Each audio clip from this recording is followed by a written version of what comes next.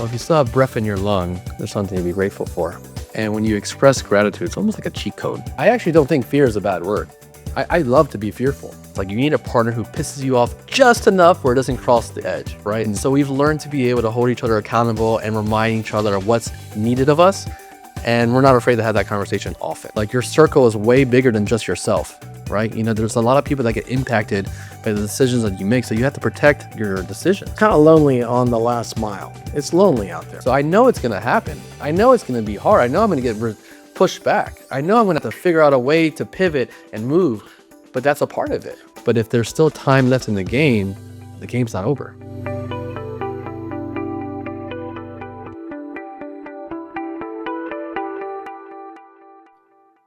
Viewpoint method is always trying to find insights, like the recesses to the mind, especially when you're interviewing somebody of great success. And I'm very proud in a personal way for you all to get to know my nephew, Nick Cokinos. How are you today? If I was doing better, I'd be worried. And you always talk about your priorities, especially when you talk about your family. Can you make comments about that? I mean, my house is my kingdom, right? And so how my home is on a regular basis is super important to me. How my wife is feeling, how my kids being acknowledged, how I am feeling in my own comfort zone. You know, my home is like something that I protect so greatly. And your self-investment in self-care, what does that look like? I started juicing, right? And so every morning I got turmeric, ginger, cucumber, celery. It's a big mess, but, you know, I've been prioritizing, you know, how my heart, you know, rotates or whatever, how I breathe, how like everything that has to do with me feeling sharper and gives me a little bit of an edge is my focus. Mm-hmm. And you're prioritizing home. I mean, what does the home need of you? I mean, the nucleus of the home. Yeah, it needs me to leave the outside issues outside when I walk in the front door. It needs me to be present when I'm there. It needs me to be alert to the issues, or not issues, but the concerns or needs of the home when I'm in the home. Yes. And you speak very favorably of the bride at home. Yeah. Your lovely wife, Kelly. Yeah. How does that work synergistically in a successful way? What works for you as a couple? Well, I learned very quickly that my hardest days are equally to her hardest days. There's not one person that has an edge or who does more or what's more important. And so what I truly take an effort into understanding the priority of her hours in the day, and they're equal to mine. There's no like, you know, I'm doing more, you're doing more. We're equal partners into it. And that allows me to have a little bit more humility in the process of having a conversation with her. Yeah.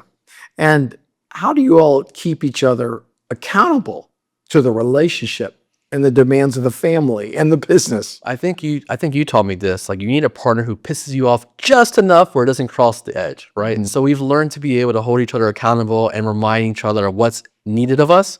And we're not afraid to have that conversation often. Yes. There's no eggshells in our home. And how does that invigorate you? That staying on the rails. Yeah.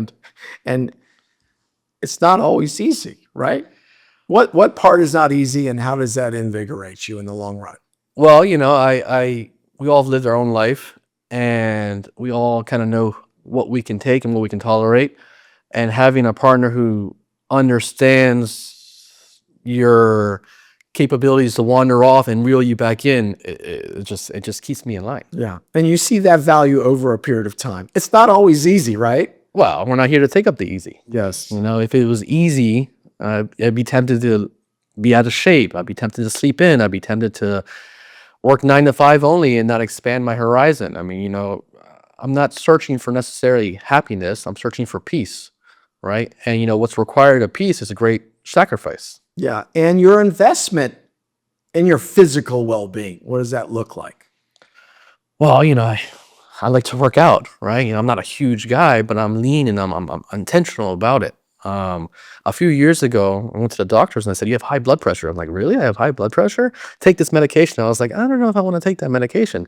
And so I started prioritizing, you know, what I consume and what I can physically control. And I can physically control stepping out that door and running. I can control it. Yes. I can physically control going to a class and just getting my butt kicked from somebody else who knows how to train me. And so I take a lot of effort into making sure that I am feeding my body physically what it needs, and try to feed it mentally what it needs as well. You have a personal trainer. Of course, yeah, Expensive. it's definitely expensive, but it's more expensive to live a life of comfort, and what that would do to you in the long run.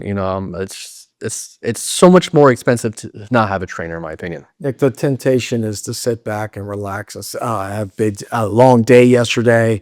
I need to sleep in a little bit." But how do you overcome the temptation? Sometimes we just don't. But most of the time, when you're overcoming the temptation, because you're going to go with that personal trainer, he's going to work you. Yeah, I mean, you ever take a cold shower, it snaps you back into reality, right? So what about yesterday? I mean, your success of yesterday is really irrelevant because the job's not done yet. I mean, if you think your day was so hard, that means your goals are big enough. Yeah. And you're accomplishing good things with your partner. Who is your business partner at home? Yeah, my wife. What's the secret of making that work? What's your secret? Well, when you work with your wife, it's a little bit harder to communicate some of the expectations within a specific job, but we outline our roles, right? Yes. We've mastered what I'm good at, and we master what she's good at, and we try to leave each other out of each other's business. We check in, but we allow our partners to just run with their specific goals and Yes. objectives. Stay in Joe's lane, Yeah. as they say. Yeah, And some perspective on fatherhood. Your child is how old? she's 2.5. Okay. And a perspective as a father. Yeah, the little moments compound, right? There's every parent has a bad day. Every parent misses an important situation, but the little moments that we can take advantage of compounds, right? My daughter loves me so much, not because I was there that one day, but I'm there every morning or every night, as much as I physically possibly can be. So the small details really make a big difference in the long run. If that child could inherit just one quality of yours down the road, what would you like that one quality to be? Oh man, to find the joy in everything, to overcome, adversity and find the joy and the beauty of every situation, even if it's difficult. And mindset, how does dad find the joy? Day in and day out, through ups and downs and valleys and high points. How Yeah. do you find your balance and find your joy? So I accept that I don't need to totally understand absolutely everything, right? And so when I relieve myself of not totally understanding absolutely everything of a situation and just know and trust that things will work out the way it should, I'm relieved of some of the burden that life can throw at me. Because I know that I'm not going to always understand everything, but I know that I'm going to be okay. And I have all the tools, all the seasoning inside of me already to be able to solve this issue. I have all the paprika, salt, pepper, whatever. It's already there. And I just remind myself of that often. If you went back to 18 and you thought that you knew something at 18 and you found out that it wasn't true, what was it? So when I was 18, I thought I was entitled to something. I actually interviewed for EFC my very first time at 18. I went to my father. I'm third generation, Nick Cokinos. I went to my dad. Dad, I'm a man now. I'm ready to work for the family business. When can I start? Yeah. What's my position? And my father grabbed me by the shoulders and said, son, go get fired somewhere else first. Because once you're in, and once you're out, you're out. So what I understood in that moment, maybe not in that moment, but now, is that as a father, you want to do absolutely everything to ease your child's life. You want to just do it for them. You want to do the homework. You want to pick them up. You want to clean the wound. But a father or a parent needs to eventually let the leash off a little bit and allow you to learn what the real world looks like. So that way you can experience what reality was or is. And so at 18, I was a little entitled. I was presumptuous in my thought that just because I have a family business, I am deserving of a role. And my father, maybe easily or painfully, said, no, go out there and learn firsthand what it looks like. Learn firsthand, see what it's like. And maybe that was difficult, but it was the right move for him. And it propelled me in a great way. We're going to talk about a lot of your present and recent success, but let's go back. Can you think about one or two missteps? You look back earlier on and you say, geez, I had to learn from that one. Well, yeah, I used to take my karate belts and tie it to my bed frame and sneak out the window as a teenager. And I came back and my karate belts were missing and the front door was locked and dad was at the staircase. So, there's a few mistakes along the way that you learn, and, you're not going to you're not going to fool everybody forever, right? They're not that dumb. You're not that smart, right? And so I learned that you can't cheat the system too for forever. Yeah. We're going to get into your professional life, which is really fascinating. You know, how far you've come. Before we do that, let's talk about your buddies. Mm. The energy, or what energy you stay away from. And how do you choose those buddies? What do you look for in those buddies? You know, we all have our core bunch of friends that we've grown up with, that we love, that they're there for us no matter what, thick or thin, year after year. And I mean, that's so wonderful to maintain those relationships. I mean, it's so hard to have a friend today, let alone a friend for 10 years. As of late, I've taken really good joy and discipline to consume my friendships with friends that are elevating me. I don't mind being the small minnow in the aquarium. You know, I like to pick and choose how I use my time because I only have so much of it. And of course, I have my core group that I love and I relish in the activities. But on a regular basis, you know, I have to use every moment I'm outside of my nucleus, my wife and my kid, as productive as possible. And so I'm selectively picking and choosing who I. Well, you have a wide swath of a lot of friends, Oh, but there's some that you're going to see a little bit more often, right? of course. That you can invest in a little bit more successfully. And what does that look like to you? Those core friends that you spend more time with. Yeah, you know, I'm a business owner, and I read a book one time called "Your Best Year Ever" by Michael Haidt, I believe, and he talks about the 10 domains of your life. You know, your physicality, your spirituality, your finances, your family, your friends, and you have to rate yourself on where you stand on all of those domains of your life. And I pride myself on being a student. And so when I'm working on one of those areas of my life, I will go to my circle to see who's doing a little bit better than me in that specific area. Yes. Doesn't matter how much they make or what they do or whatever. But if someone's better at nutrition, I got to find that nutritionist in my group and pick their brain. And I'm going to be the student. And I love that. Love that. And besides, in addition to nutrition, what other skills could another friend bring to your life, for example? Some of the ones you're hanging out with. You know, if I'm not struggling, but if I'm working on my spirituality, you know, like if I need to go to someone, how do they say, you know, dedicated to their faith? How do they say dedicated to their fitness? How do they say dedicated to being a good father or a good husband or your partner? You know, there's so many areas that we have to like prioritize. Yes. And energy. What type of energy do you want around you? Where does your mindset have to be? Yeah. Who do you want to surround yourself with? And what type of energy or personality do you not have the time to invest in? I mean, you know, we are our surroundings. We're a product of our environment. If everyone's doom and gloom in the press and just, you know, complaining about what's going on and over there or here or what have you, it's just unproductive, right? And so I'm a high energy, high pace, big smile kind of guy, and I thrive the best when I'm with the same kind of individuals. Yeah. So when you say high energy, what makes you tick? I got a 3-year-old at home that makes me tick. Yes. I have a lot of overhead that makes me tick. I have a lot of big aspirations that make me tick. Yes. I have a lot of you know, big dreams that I'm gonna fight for that makes me tick. You know, I have reminders that make me tick. Yeah. Choose which triggers really inspire you the most out of necessity or fear or ambition, or I got to keep the light. Like, what's happening in your head? What are the priorities? I actually don't think fear is a bad word. I love to be fearful, right? And I don't mean that in a funny way, but fear can drive you to do two different things. One, I'm so overprotective of my daughter, I'm going to homeschool her. She'll never leave the house. Or two, I'm so fearful for my daughter's safety, I'm going to put her in the best school. I'm going to work so hard. So I love the idea of like fear driving you to the right direction, but you have to remember that there's always two paths, right?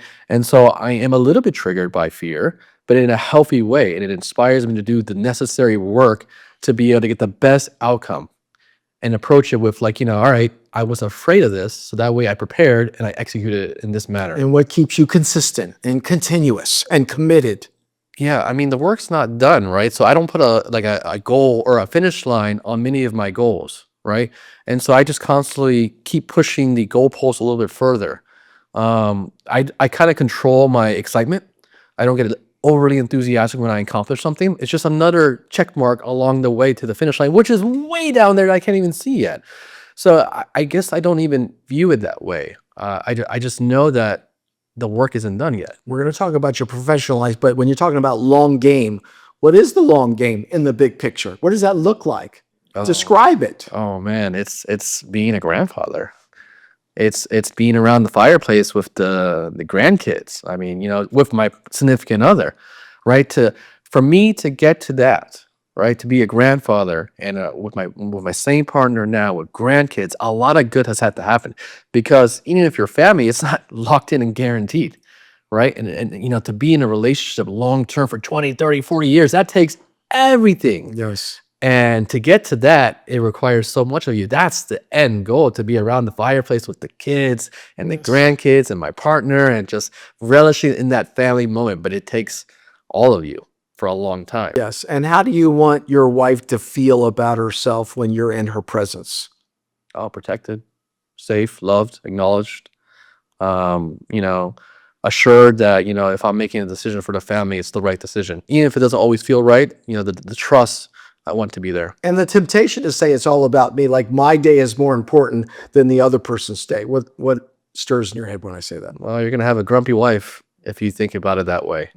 We all have this is the most important thing for me, and this is the least amount important thing. And so we have to respect, if this is a level 8 for my wife, then I have to kind of bow and give into that. Right. And if this is a level 10 for me, she has to also bow and give into that. Yes. And so I learned, Well said, through a trial and tribulation, that if you're going to macho your way into a situation, it doesn't feel good at the end of the day. And not all parties feel good at the end of the day. And if you're not feeling good in your castle, in your home, doesn't matter how big your castle is, but in your private home, if everyone's not feeling good, you're not getting the best results. Ultimately. And your priorities as far as the balance goes, if you were to say this 2 or 3 things are my priorities, what would they be? We decided early on to get a nanny in our house, right? And it's because we prioritized us as well.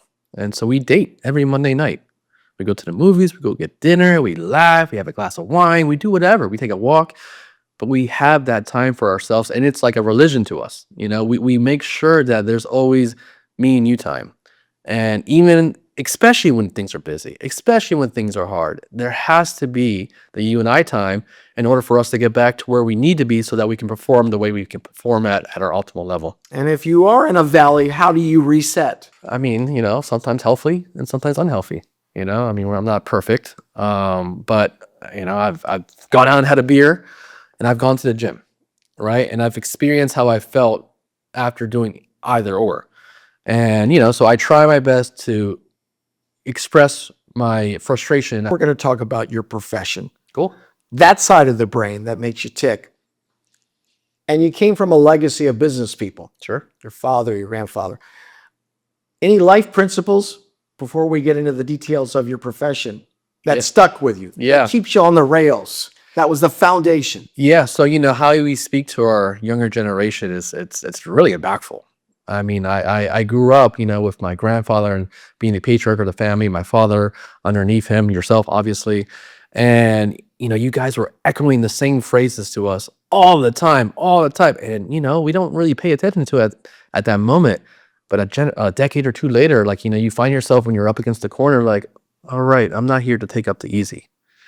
If you're not protecting the family name, what are you doing? Yeah, protecting the family name. You heard that a lot. Yeah, you live with integrity, right? Your circle is way bigger than just yourself, right? There's a lot of people that get impacted by the decisions that you make, so you have to protect your decisions. Yes. And when I say the magic word, what triggers in your head? Balloons.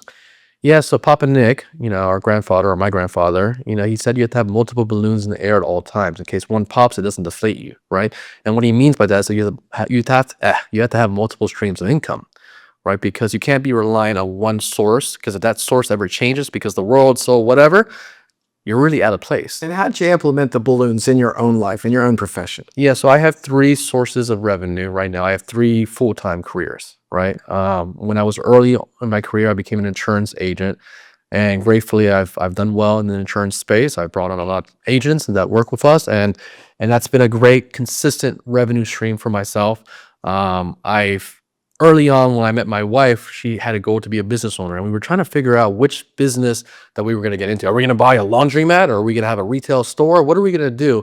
And we landed on real estate. And so our goal was to buy one piece of rental every single year. We've been together for 11 years. We're at 21 doors, and we have no business partners, just her and I. Everything's fully rented and we're cash flowing, which is great. In 2020, right before COVID, we got into the habit of flipping houses, which is the process of buying old rundown properties, putting some TLC into it, and then selling it for a profit. And, gratefully, we've been able to do over 30 flips in the last few years. And, we're averaging about 5-6 flips presently a year. And so each one of those things are entirely different, right? Each one of those job sets require a different skill set. And I spread myself thin, but I understand it's the season to be busy right now, right? It's my season to be very busy, and I can acquire and I can execute, right? And so I have these balloons in the air because sometimes the market's not always that hot, Yeah. but I have something over here that's keeping me afloat. Or sometimes you have some vacancies. Well, I have this big payout that's going to come over here. So I pride myself and I require of myself to make sure that I am not going to be thrown off my game based on someone else's decision. I need to have as much control of my outcome as possible. And that's just by putting more on my plate. Was there a decision that felt bold and risky at the time and it made you shudder a little bit, but you look back and say it was one of the best moves I ever made? Yeah. We acquired an 8-unit apartment building that was condemned. I mean, it was falling apart, but it was in a booming area. And it was off market, and I had to move so fast. When you buy a property that's off market, it's almost unfair how fast you have to move. You have to make a decision that's $500,000, $1 million decision in 24 hours. I mean, you got to source the money, you got to move fast, you have to come there with your pen and pad and just kind of imagine what it's going to take. And you have to pull the trigger so quickly. And, we did. We pulled the trigger, we bought this building. It took every inch of what we had. We leveraged everything in the world. We're self-funding it. It was horrifying.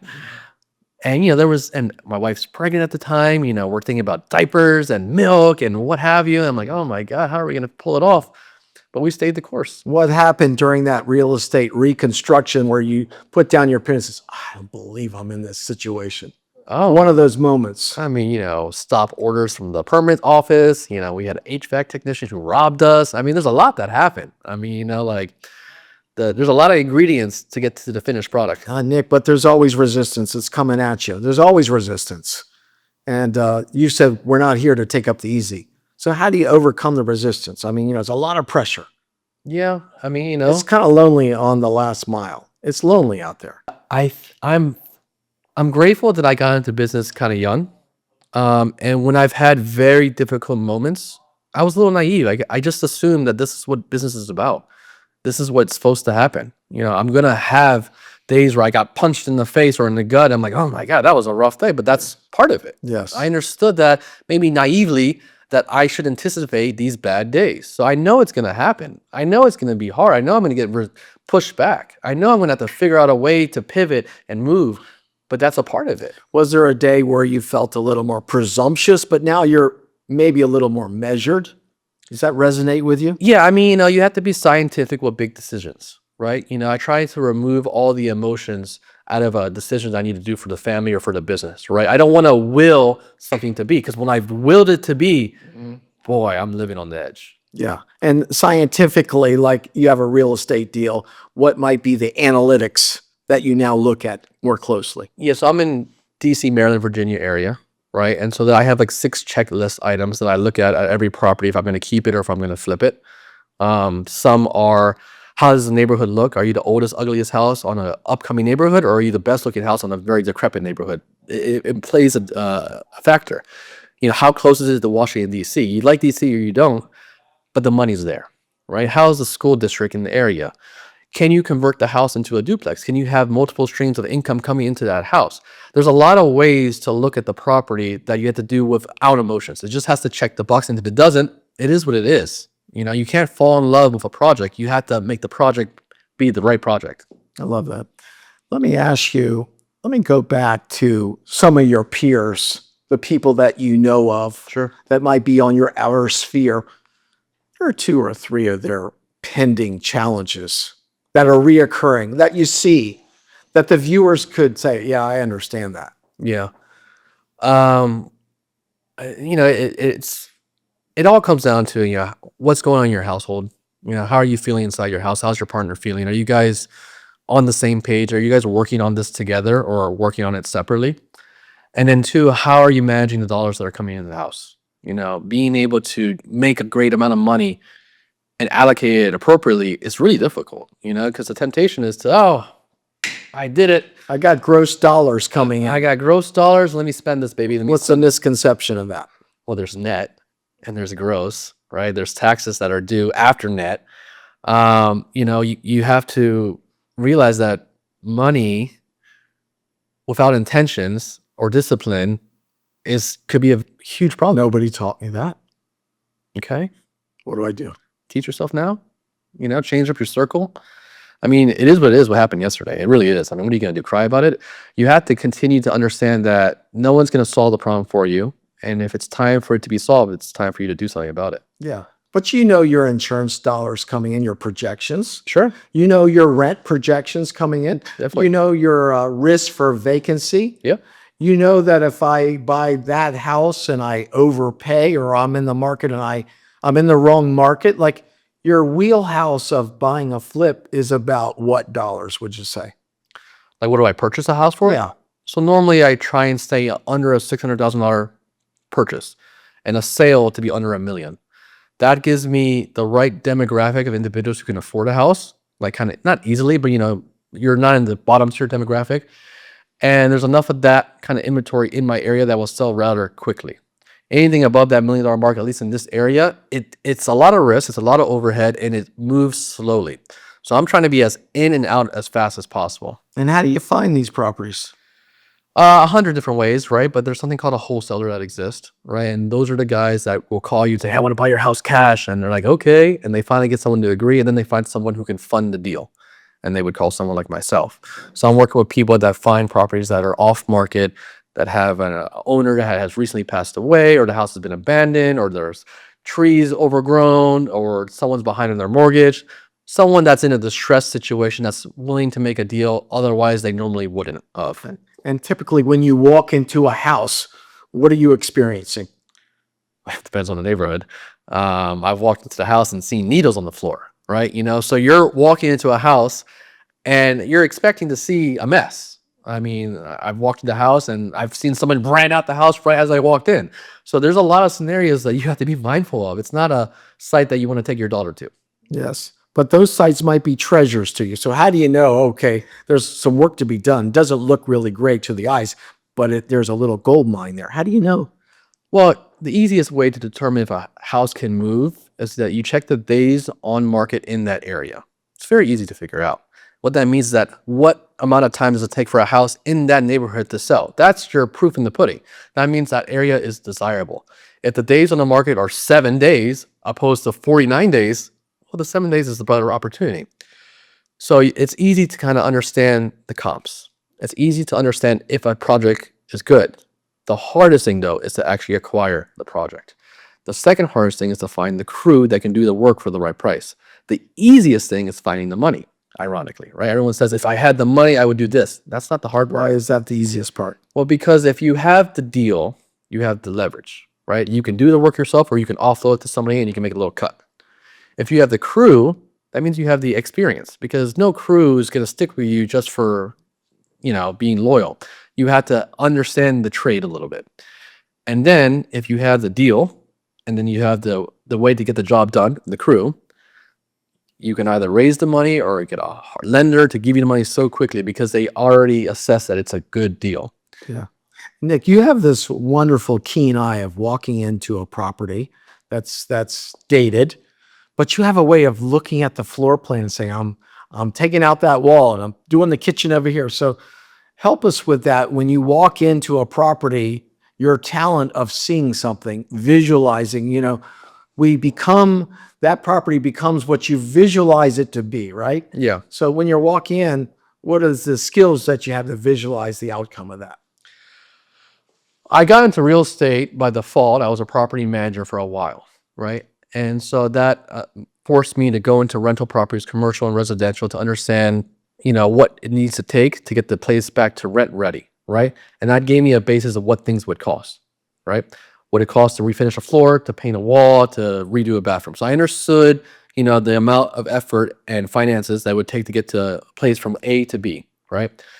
And I also don't rush the process. If you ever see me walk a house, I'm there talking to myself for 45 minutes, like, trying to figure out what I'm doing. I'm recording everything. I'm writing on the wall. I'm journaling. Like it's a process that you can't cheat, right? And so how I do it, I mean, it's time, it's practice.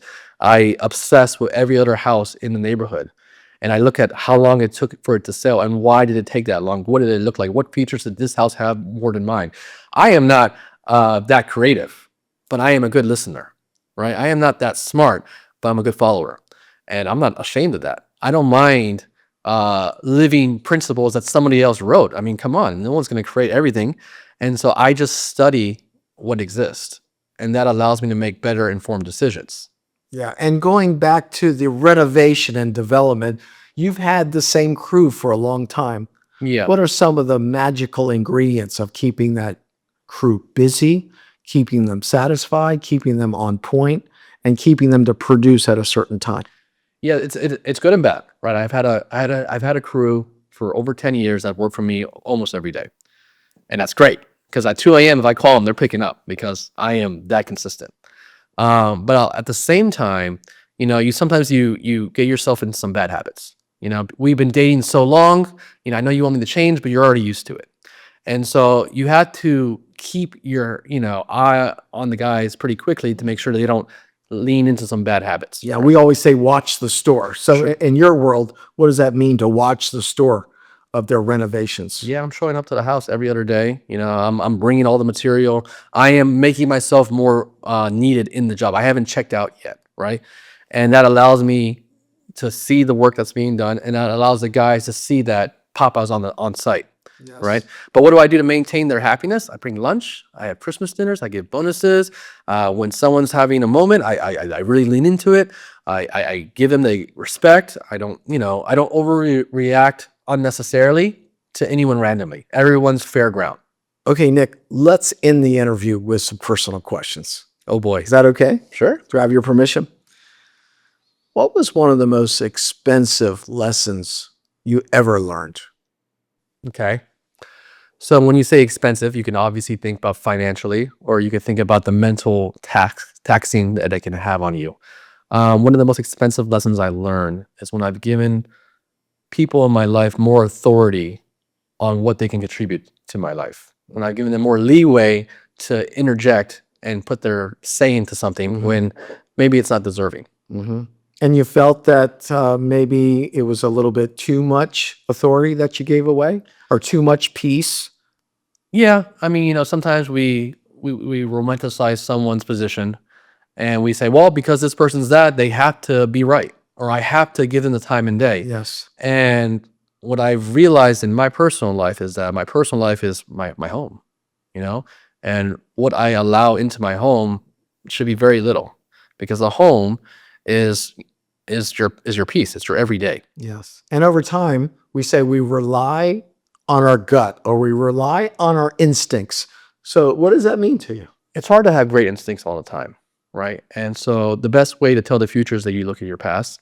And so even though you may have a great instinct to move a certain way, you have to flush it out with what what will happen when you've done this already.